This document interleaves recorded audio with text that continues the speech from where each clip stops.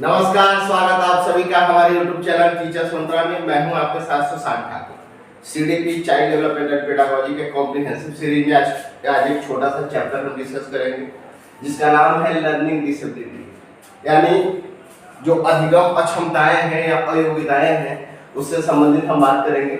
सबसे पहले थोड़ा सा जान लेंगे कि लर्निंग है क्या, फिर इसके बहुत सारे जो डिसेबिलिटी है, अक्षमताएं हैं जो अलग अलग रूपों में अलग अलग बच्चों में देखी जाती है, उसके ऊपर हम बात करेंगे।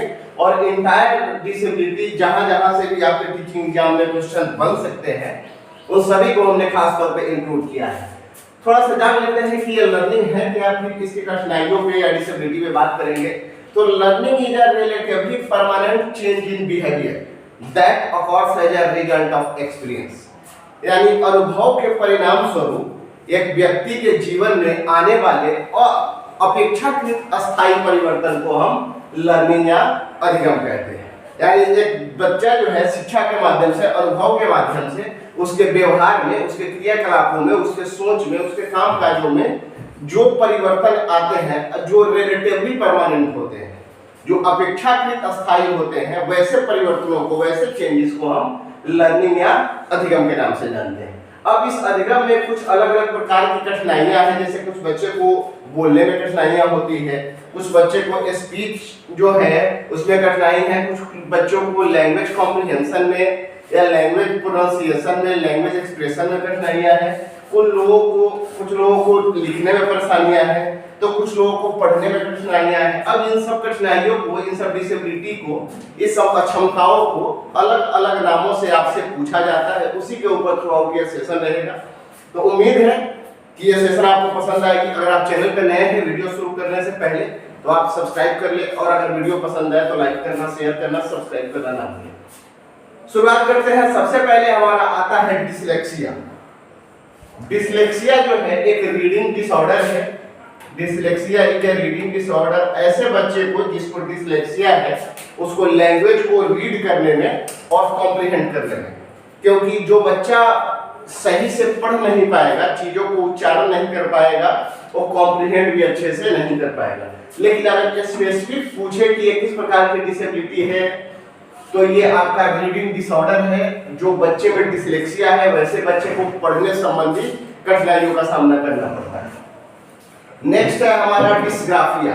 ग्राफ का अर्थ ही होता है लिखना, तो डिस्ग्राफिया जो है ये हमारा राइटिंग डिसऑर्डर है। जो बच्चे डिस्ग्राफिया से पीड़ित हैं या जिस बच्चे को डिस्ग्राफिया है, ऐसे बच्चे जो है वर्ड को लिखने में, राइटिंग में कठिनाई होती है। तो डिसलेक्सिया हमारा स्पेसिफिक रीडिंग डिसऑर्डर है और डिस्ग्राफिया है हमारा राइटिंग डिसऑर्डर। हम नेक्स्ट डिसऑर्डर पे बात करते हैं डिसकैलकुलिया।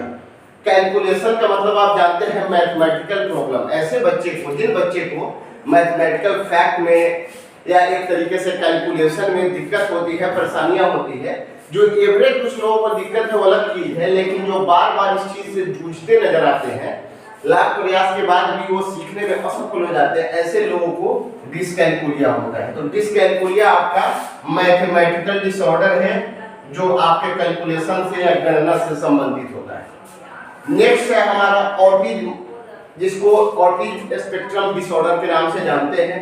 इसका पूरा नाम है ऑटिज्म स्पेक्ट्रम डिसऑर्डर। ऐसे बच्चा जो है ये एक प्रकार का स्वलीन विकार है, जो बच्चा खुद में ही खोया रहता है। ये बच्चा सोशल कम्युनिकेशन नहीं कर पाता, समाज में लोगों के साथ, परिवार में दोस्तों के साथ, भाई बहन के साथ, माता पिता के साथ ये अच्छे से कम्युनिकेट नहीं कर पाता, या आप कह सकते हैं कि एक तरीके से अपने आप को ये सोसाइटी में एकोमोडेट करने में थोड़ा सा कठिनाई महसूस करता है और अपने आप को ये अलग रखता है, खुद ही में ये विलीन रहता है या एक तरीके से लीन रहता है।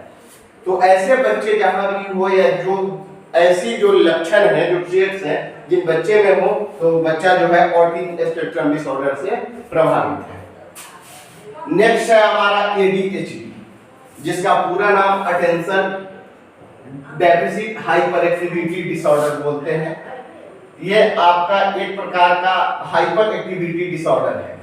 इसमें जो बच्चा है वो हाइपर एक्टिव होता है। ऐसे बच्चे एक जगह टिक कर नहीं बैठ पाते, कंसंट्रेशन इनका बार बार ब्रेक होते रहता है। किसी एक काम को ये बड़ी तुकमिजाजी के साथ करते हैं, जल्दबाजी करते हैं, क्योंकि जिस बच्चे का अटेंशन जो है अगर एक जगह कॉन्सेंट्रेट नहीं हो पाएगा, फिर वो कहीं ना कहीं उछल कूद ज्यादा करते रहते हैं, मतलब हाइपर एक्टिविटी होने के कारण इनकी जो कंसंट्रेशन पावर है वो बिल्कुल खत्म होती है या नष्ट होती है। तो अटेंशन एडीएचडी का दो चीज आपसे पूछा जाता है, पहला तो इसका पूरा नाम फुल फॉर्म आपसे पूछा जाएगा। तो एडीएचडी का पूरा नाम attention deficit hyper activity disorder. ये जो है बच्चा कठिनाई का सामना करता है, ये हाइपर एक्टिव होता है, अटेंशन इसका बार बार ब्रेक होते रहता है, कहीं एक जगह किसी एक काम में ये टिक कर बैठ नहीं पाता। नेक्स्ट है हमारा डिस्प्लेक्सिया। डिस्प्लेक्सिया जो है लैंग्वेज एंड स्पीच डिसऑर्डर है। ऐसे बच्चे को जिसको डिस्प्लेक्सिया है वैसा बच्चा भाषा को उच्चारित करने में, भाषा को कॉम्प्रिहेंड करने में, यानी लैंग्वेज की जितनी भी रूप है उन सभी रूपों में ये कठिनाई का या डिफिकल्टी का सामना करता हुआ आपको नजर आएगा। तो ये डिस्प्लेक्सिया जो है ये आपका रिलेटेड है लैंग्वेज एंड स्पीच डिसऑर्डर, भाषा से संबंधित है तथा बोलने में ऐसे बच्चे को कठिनाइयां होती है। नेक्स्ट है हमारा एग्जीक्यूटिव फंक्शनिंग। एग्जीक्यूटिव फंक्शनिंग का मतलब होता है कि ऐसे बच्चे डिसेबल्ड होते हैं या एक तरीके से डिफिकल्टी होती है इनके प्लानिंग में, ऑर्गेनाइजेशन में, अटेंशन में, यानी लाइफ को लेके कुछ प्लान कर रहे हो, कुछ ऑर्गेनाइज कर रहे हो, तो एक तरीके से अटेंशन ये बना नहीं पाते हैं, ये किसी काम में अटेंशन नहीं बना पाते, अपने प्लानिंग करने में ये डिसेबल्ड होते हैं, ऑर्गेनाइजेशन में डिफिकल्ट होते हैं, यानी कहीं ना कहीं एग्जीक्यूटिव फंक्शनिंग जिन बच्चे में है वो एक तरीके से डिसीजन मेकिंग नहीं कर पाते, प्लानिंग नहीं कर पाते, यानी एक प्रकार का मेंटल इलनेस आप कह सकते हैं इसको, जो आपके थ्रू आउट जो सोशल वर्क है या एक प्रकार के आपके लाइफ से रिलेटेड जो डिसीजंस है, ऑर्गेनाइजेशंस है, प्लानिंग है, अटेंशन है, उन सब पे आपका कहीं ना कहीं नेगेटिव इफेक्ट डालता है, जिसको एग्जीक्यूटिव फंक्शनिंग के नाम से जानते हैं। नेक्स्ट है हमारा डिस्मॉर्फिया। डिस्मॉर्फिया जो है ये एक प्रकार का वहम है, मेंटल इलनेस आप इसको कह सकते हैं। ये एक कैटेगरी में आता है, मेंटल इलनेस के कैटेगरी में, जिसका अर्थ है कि ऐसे लोग जो है वे हाईली ऑब्सेसिव होते हैं, फोकस ऑन अपीयरेंसेस, यानी लोगों के सामने जाने के लिए ये हाईली ऑब्सेसिव होते हैं, ये फेस को लेकर के, अपने बॉडी को लेकर के हाईली ऑब्सेसिव होते हैं, एक तरह का वहम हो जाता है। अगर इनके फेस में एक माइनर मिस्टेक या किसी प्रकार की जो माइनर त्रुटि है, माइनर एरर है, अगर हो जाए तो उस फेस को लेकर के, उस बॉडी को लेकर के ये बिल्कुल हायर ऑब्सेसिव हो जाते हैं। तो जिस आदमी में डिस्मॉर्फिया है या जो डिस्मॉर्फिया के शिकार हैं वैसे लोग अपने फेस को लेकर के और अपीयरेंसेस को लेकर के, किसी के सामने जाने को लेकर के अपने बॉडी और फेस पे काफी एक तरीके से सेंसिटिव होते हैं। तो डिस्मॉर्फिया ये जनरल लोग हैं जो अपने आप को बेहतर बना के रखते हैं फिजिकल लेवल पे, लोगों के बीच जाने में, देखने में, लेकिन जब ये चीजें हद से ज्यादा या एक एवरेज से जब ज्यादा बढ़ जाती है और ऐसे लोग फेस पे जरा भी त्रुटि को बिल्कुल जुनूनी तरीके से जब लेना शुरू करते हैं तो ये एक प्रकार की डिसेबिलिटी, डिसेबल्ड या डिजीज बन जाती है, जिसको डिस्मॉर्फिया के नाम से जानते हैं, जो ये ऑब्सेसिव फोकस ऑन अपीयरेंस, और ये एक प्रकार का मेंटल इलनेस है, मानसिक बीमारी। ये रही कुछ एक बात, रैपिडली इसको थोड़ा सा हम इसको रिपीट कर लेते हैं और जहां-जहां से भी आपके क्वेश्चन बन सकते हैं उन सभी चीजों को इंक्लूड करने का प्रयास किया गया। उम्मीद है ये सेशन पसंद आ रहा होगा, पसंद आ रहा है तो लाइक करना ना भूलें, चैनल पे नए हैं तो सब्सक्राइब कर लें। नेक्स्ट थोड़ा सा रिपीट इसको कर लेते हैं, एक बार दोहरा लेते हैं। डिसलेक्सिया, डिसलेक्सिया का मतलब है ये रीडिंग डिसऑर्डर है। जहां भी आपको डिसलेक्सिया पूछे वो आपका स्पेसिफिक रीडिंग डिसऑर्डर है। ऐसे बच्चे को बुक को पढ़ने में, नोवेल पढ़ने में या तमाम तरीके की चीजें जहां पढ़ने से संबंधित जो कठिनाइयां हैं वो ये महसूस करते हैं। नेक्स्ट है हमारा डिसग्राफिया। ग्राफ का अर्थ होता है लिखना, ये आपका राइटिंग डिसऑर्डर है, ऐसे बच्चे को लिखने में कठिनाई होती है। नेक्स्ट है हमारा डिसकैलकुलिया। कैलकुलेशन का अर्थ है गणना करना, ऐसे बच्चे को मैथमेटिकल डिसऑर्डर होता है, गणना करने में असमर्थ होते हैं, अक्षमता होती है इनमें कैलकुलेशन से संबंधित या मैथमेटिकल फैक्ट को लेकर के। नेक्स्ट है हमारा ऑटिज्म स्पेक्ट्रम डिसऑर्डर। ऐसे बच्चे स्वलीन होते हैं और खुद के ही काम में लीन होते हैं, सोशल इंटरेक्शन ये नहीं बना पाते, फैमिली के साथ, पीयर्स के साथ, दोस्तों के साथ, सोसाइटी में ये कम्युनिकेट नहीं कर पाते या एक तरीके से जो सोशल रिलेशनशिप है वो ये फॉर्म करने में ये अनेबल होते हैं।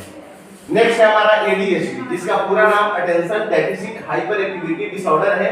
जो ये एक प्रकार की हाइपर एक्टिविटी है। जो बच्चा है इसमें बच्चे का अटेंशन जो है, कंसंट्रेशन जो है बार बार ब्रेक होते रहता है। बच्चा किसी एक काम पे फोकस नहीं कर पाता, किसी एक जगह टिक के नहीं बैठ पाता। नेक्स्ट है हमारा dyspraxia. Dyspraxia language and speech disorder है। ऐसे बच्चे को भाषा को कम्युनिकेट करने में, उच्चारित करने में, कॉम्प्रिहेंड करने में, यानी लैंग्वेज एंड स्पीच से जुड़ी हुई हर एक एक्टिविटी में ऐसे बच्चे कठिनाई महसूस करते हैं। नेक्स्ट है हमारा एग्जीक्यूटिव फंक्शनिंग। एग्जीक्यूटिव फंक्शनिंग जो है बच्चे अपने लाइफ को लेकर प्लानिंग करने में, ऑर्गेनाइजेशन करने में, अटेंशन में जो है इनेबल होते हैं। एग्जीक्यूटिव फंक्शनिंग जिस बच्चे में है वो एक प्रकार से अपने लाइफ को लेकर किसी प्रकार की प्लानिंग में, ऑर्गेनाइजेशन में, अटेंशन में, तमाम तरीके की जो कॉग्निटिव एक्टिविटी है उसमें ये कहीं ना कहीं इनेबल होते हैं। नेक्स्ट है हमारा डिस्मॉर्फिया। डिस्मॉर्फिया जो है ऑब्सेसिव फोकस ऑन अपीयरेंस। ऐसे लोग फेस को लेकर हाईली ऑब्सेसिव होते हैं और फेस पे जरा सा भी माइनर एरर होने पे ये एक प्रकार से या हाइपर एक्टिव हो जाते हैं। ये एक छोटा सा थ्योरी था आपके लर्निंग डिसेबिलिटी से लेकर के रिलेटेड, जहां से भी क्वेश्चन बन सकते हैं वहां हमने इंक्लूड किया है। यह सेशन आपको कैसा लगा अपनी प्रतिक्रिया कमेंट बॉक्स में जरूर दें। इसके अलावा अगर आप चैनल पे नए हैं तो चैनल को सब्सक्राइब कर लें, बेल आइकन को प्रेस कर ले ताकि इससे रिलेटेड और सीक्रेट से रिलेटेड हर एक वीडियो आप तक पहुंचती रहे। मिलते हैं कल एक नए सेशन में एक नई ऊर्जा और नई एनर्जी के साथ। तब तक आप अपना ख्याल रखें, निरंतर पढ़ाई करते रहें। Goodbye, take care.